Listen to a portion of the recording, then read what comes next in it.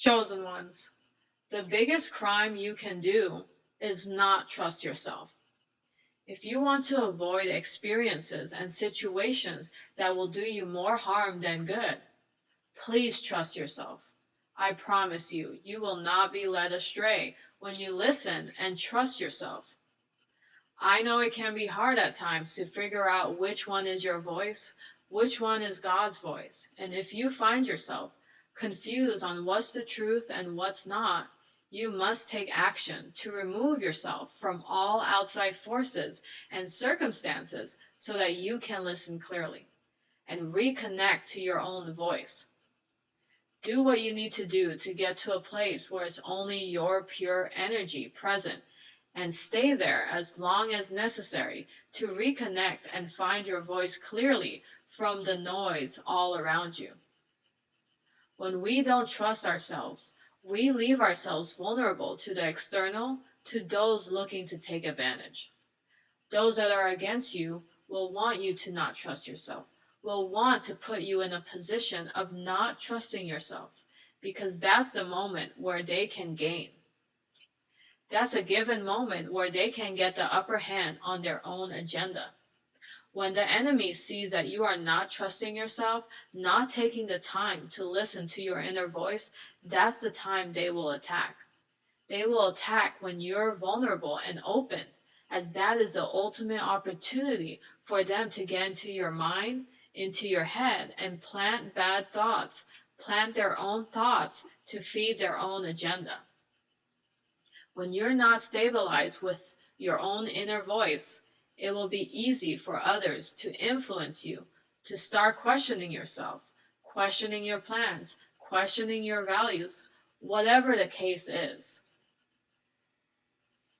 Your enemy wants you in a state of not trusting yourself, your intuition, because that's their best play to bring you down. And sometimes that's their only window of opportunity, their only attempt to do so. Especially as a chosen one, when the enemy recognizes you are strong and hard to influence. They will wait and find those moments when you're not fully trusting yourself. Because a lot of the times, their best angle to get to you is to confuse you, get into your mind, get into your head. In order for you to ponder and question thoughts that are not in your best interest, and ruminate in the bad thoughts, focus your energy on outcomes you don't want. They want you in a state of confusion. They want your focus on the negative things, on the bad scenarios, on the potential threat, because that is when you will likely sabotage yourself. They want to get into your head to trigger that fear, sometimes to trigger old wounding so that you respond and react in the same manner of your past self when the current situation does not require that type of response or reaction. Sometimes they can get into your head and use your trauma against you. Have you focus on the things that went wrong, on the things that happened in your past to get you into fear. What happens when you are not trusting yourself fully? You get involved with the wrong people. You get involved in the wrong vices.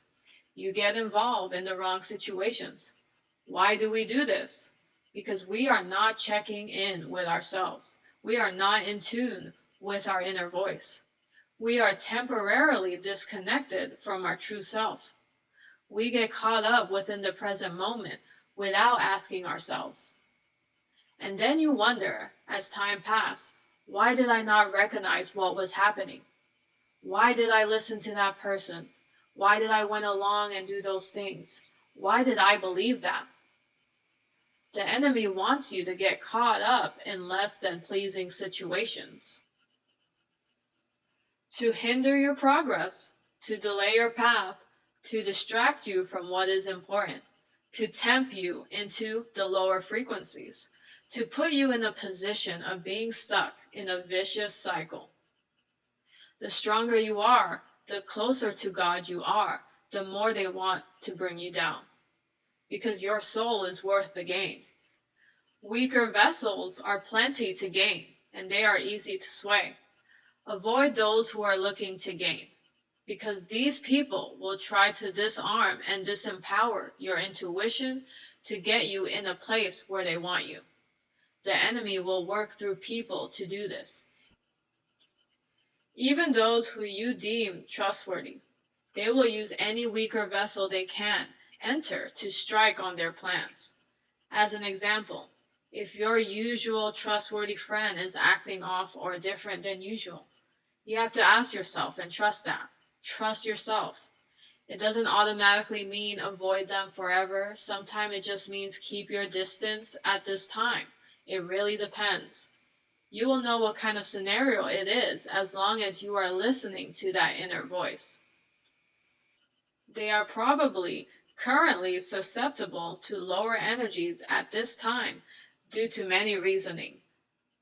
That is why it is important to create an inner circle that is strong-willed and mentally equipped to understand these things. So you have power over the enemy.